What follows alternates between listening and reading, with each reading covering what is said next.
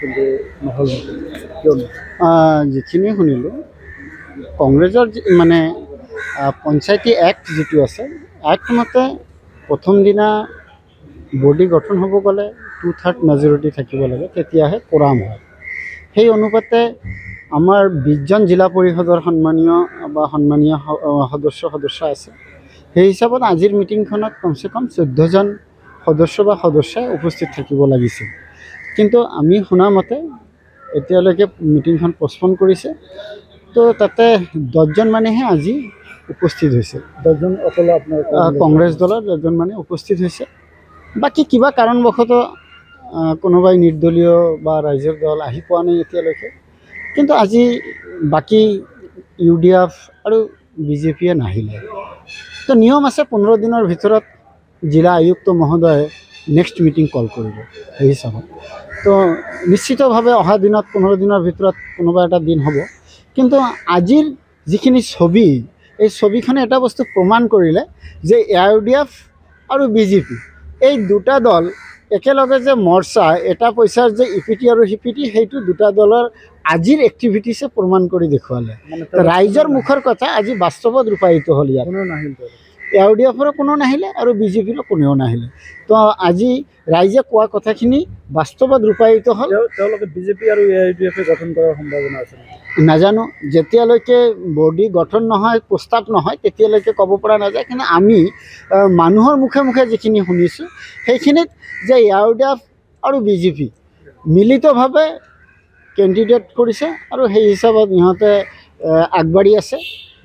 সাংবিধানিকভাৱে সুযোগ আছে, যিহেতু 15 দিনৰ ভিতৰত আৰু ডেট পৰিব, সিহঁতে নিশ্চিতভাৱে চেষ্টা কৰিব।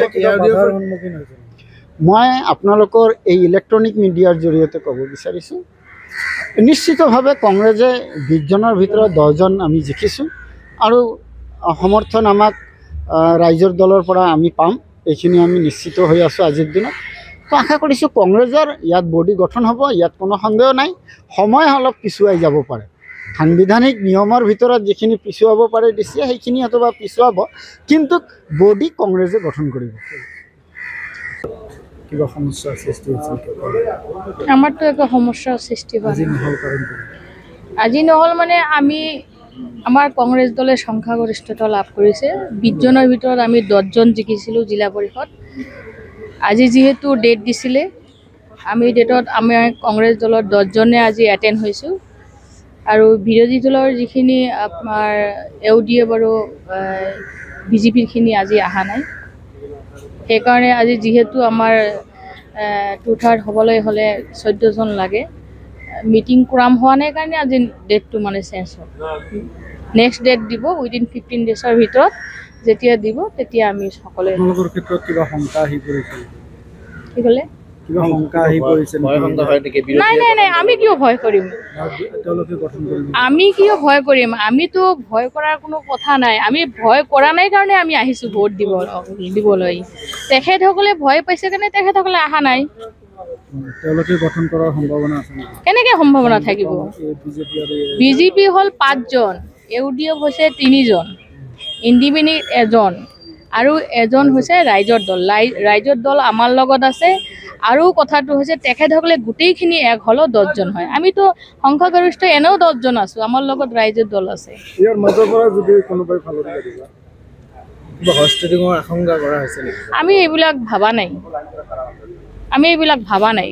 কাৰণ আমাৰ দলৰ সংখ্যাগৰিষ্ঠতা লাভ কৰিছে, আমিয়ে জিলা পৰিষদ গঠন কৰিম, সেইটো আমি স্পষ্ট। তেওঁলোকে অহা নাই, তাৰ বাবে UDFও অহা নাই, BJPও অহা নাই। এতিয়া কংগ্ৰেছে অভিযোগ কৰিছে UDF আৰু BJP একেটা মুদ্ৰাই পিঠিত তেওঁলোকে মিত্ৰ এটা এইটোতো কংগ্ৰেছে বিভিন্ন সময় আমাৰ ওপৰত এটা গুজব তেওঁলোকৰ কৈয়ে থাকে। কংগ্ৰেছৰ এইটো এটা পৰম্পৰা, তেওঁলোকে বিভিন্ন কথা তেওঁলোকে দেখা পাই আছে। তেওঁলোকৰ 10টা কি উপস্থিত হৈছে নেকি? সেইটোতো হোৱা নাই। গতিকে তেওঁলোকে এইটো কথা, ৰাইজৰ দলটো নাছিল বোধহয়। ৰাইজৰ দল নাথাকে, তেওঁলোকক কংগ্ৰেছৰ মানুহ নাথাকে। আমাৰ UDF আমি মাত্ৰ 3টাহে জিকিছোঁ। আমাৰ সেই 3টালৈতো আৰু ইয়াত কোনো কথা নাই।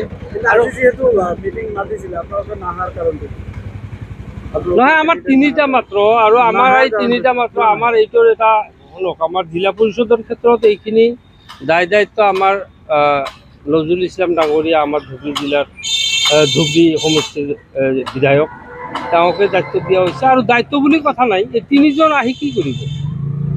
আমাৰতো গঠন নহয়, গতিকে আমাৰ জিলা পৰিষদ গঠনো নহ'ব। গতিকে ইয়াত গঠন নহ'লে আৰু আমি আহি কি কৰিম? কিবা পৰিকল্পনা কৰিছে নেকি আপোনালোকে? একো পৰিকল্পনা নাই, ইয়াত কোনো পৰিকল্পনা নাই। এইবাৰ কংগ্ৰেছক তাৰমানে ছাপোৰ্ট নকৰে। কংগ্ৰেছৰ লগত আমাৰ কোনো এলায়েন্স নাই, কোনো ছাপোৰ্ট কেনেকৈ কৰিম আমি কংগ্ৰেছক? এইটোতো আজি তাৰিখ দিছিল, এইটো প্ৰশাসনৰ কথা।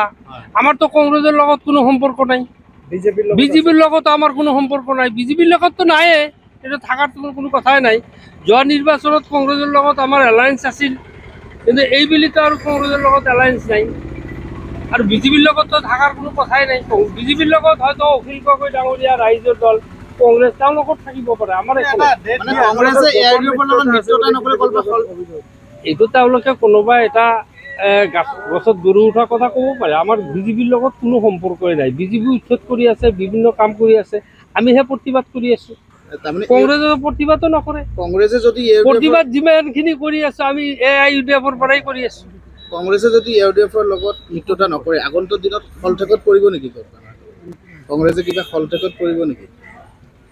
সেইটো আমি ক'বলৈ নাযাওঁ। আমাৰ ভেটি মজবুত আছে, AIUDFৰ ভেটি মজবুত আছে। আপোনালোকে জানে যে আমাৰ যিকেইটা সমষ্টি আছে, আমাৰ সেইকেইটা সমষ্টিত আমি ভালভাৱে জিকি যাম এইবাৰ বিধানসভাত। গতিকে আমাৰ কংগ্ৰেছে চলঠেকত পৰিব, কি কৰিব নকৰিব সেইটো কংগ্ৰেছৰ কথা।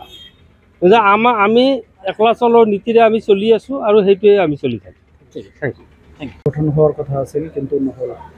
কংগ্ৰেছৰ গঠন কৰাৰ ক্ষেত্ৰত কিবা শংকা আহি পৰিছে? নিশ্চিতভাৱে কংগ্ৰেছেই জিলা পৰিষদ গঠন কৰিম আমি, কাৰণ আমাৰ 20 জনৰ ভিতৰত 10 জন কংগ্ৰেছে জিকিছে, আৰু ৰাইজৰ দলৰ প্ৰাৰ্থী ইতিমধ্যে আমাক ছাপোৰ্ট কৰিছে। কিন্তু তেখেতে অহা নাই। না, তেখেতে অহা নাই, কিন্তু তাৰমানে এইটো নহয় যে তেওঁ আমাৰ লগত নাই। তেওঁৰ যে নেতা অখিল গগৈ, অলপ আগতো তেওঁৰ লগত কথা হৈছে। গতিকে তেখেতে কৈছে যে নিশ্চিতভাৱে আমি UDFৰ লগতো নাযাওঁ, বিজেপিৰ লগতো নাযাওঁ, আমি কংগ্ৰেছৰ লগতেই থাকিম। গতিকে এইটো আমি নিশ্চিত। গতিকে 10+1, গতিকে আমাৰ মেজৰিটি আছে। আমাৰ মেজৰিটি আছে কাৰণে তেওঁলোকে আজি এবচেণ্ট হৈছে। তেওঁলোকৰ মেজৰিটি থাকিলে তেওঁলোকে আজি এবচেণ্ট নাথাকে। তেওঁলোকে মৰ্চাই গঠন কৰিব পাৰে নেকি? কিন্তু আমাৰ এটা বিশ্বাস আছিল যে কংগ্ৰেছ UDF আৰু বিজেপি ভিতৰে তেওঁলোকে এইটো আমি আগৰ পৰাই জানো। কিন্তু এই জিলা পৰিষদৰ ক্ষেত্ৰত দেখা গ'ল যে তেওঁলোকৰ সিদ্ধান্তটো আজি এবচেণ্ট থকা, এই সিদ্ধান্তটো তেওঁলোকে UDFও এবচেণ্ট আছে, বিজেপিও এবচেণ্ট আছে। তাৰমানে তেওঁলোকে যৌথভাৱে সিদ্ধান্ত লৈ পেলাই আজি এবচেণ্ট আছে বুলি আমাৰ এটা ধাৰণা। কিন্তু এটা কথা, নিৰ্বাচনত কংগ্ৰেছে ভাল ফলাফল লাভ কৰিছিলে। আঞ্চলিক পঞ্চায়ত বহুতকেইটা দখল কৰাৰ সম্ভাৱনা আছিলে, কিন্তু সেই আঞ্চলিক পঞ্চায়ত কিন্তু আপোনালোকৰ দখলৰ পৰা আঁতৰি গ'ল বহুতকেইটা নহয়, এটা আঞ্চলিক।